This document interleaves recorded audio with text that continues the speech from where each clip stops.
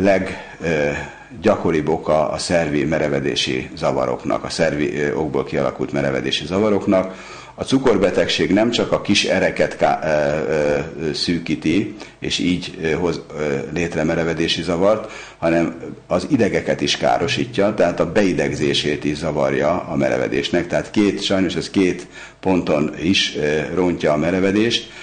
5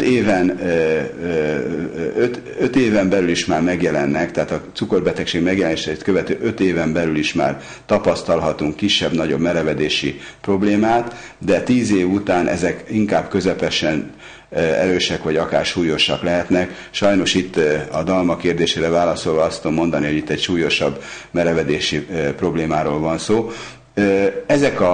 Ebben az esetben is a tablettás készítmények hatékonyak. Nyilván itt nem beszéltünk 90%-os hatékonyságról, de azért egy 70-80%-os hatékonyság azért a cukorbetegek merevedési zavarnak a kezelésében is elérhető. Tehát én azt javasolnám, hogy mindenféleképpen tesztelni kell, hogy ezek a gyógyszerek hatékonyak.